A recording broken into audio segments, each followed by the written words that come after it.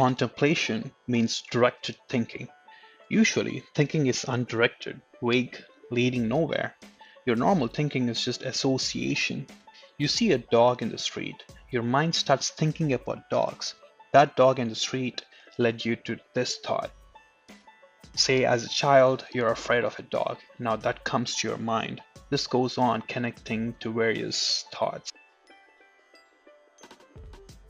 Whenever you're at ease, try this. Go backward, trace your steps, see where your thought came from. There will be no logical connection, only associations. Write down the thoughts happening in your mind. You'll find no connections. It looks really illogical. This is association of one thought to the other. What you call as thinking is just this. But if you direct it, it becomes contemplation. You're working on a problem, then you would remove all of the associations. You direct your mind to the problem itself. The mind will try to escape to any side route to some association, but you will cut off all of the side routes and you will pave the path for your mind. A scientist, engineer, actually anyone working on a problem, any logical thinking is contemplation. A poet contemplates on a flower, then the whole world is removed.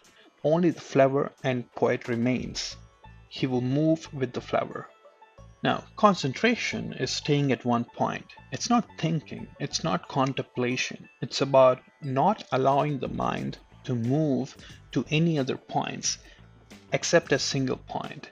It's not allowed to concentrate on any other point. Meditation is about not allowing the mind to move at all. Not even concentration is allowed. In meditation, even that point is taken away. Mind cannot understand meditation. Mind is just not allowed. These are four progressive stages.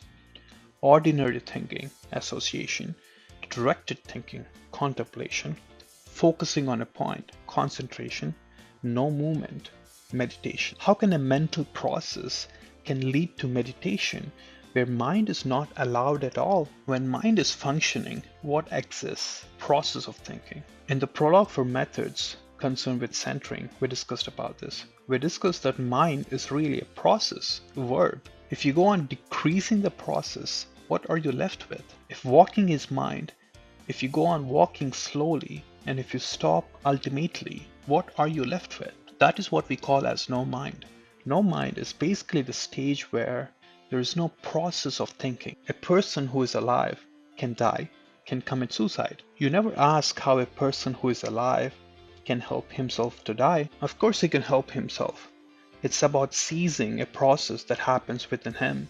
And of course, he can seize the process, the mind. It's like removing furniture in a big space.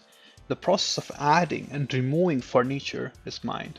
The space exists already. Because of the space, you're able to add or remove furniture. This space is constantly being filled and replaced every day. Meditation is about slowly removing the furniture one by one. Ultimately, once you remove all of your furniture, you're left with empty space. That is what we call no mind. We have become habitual of thoughts. Thinking patterns are just habits. We never paid attention to remove the furniture. So, we are conditioned to have furniture, and we think having furniture is normal. That is why removing the furniture has become so difficult. We are used to it. That is why we try to train our mind to override the habitual actions, to slowly make it a process of removing furniture, take control of when and what to add to the space, instead of letting it go by accidents and fill the space with furniture that we are not even concerned about. If suddenly all of your furniture is removed, you might go mad. You would not know what to do. Because for the first time, you experience the space.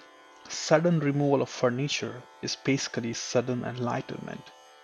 This is why sudden methods are not used for everyone unless someone is ready. This is about realizing the space and that you have control over your space.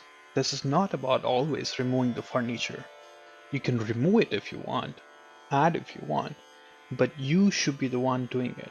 You are the master of your space. Mind just adds or removes furniture without your notice. This is about making the mind your slave. You tell mind when to do things.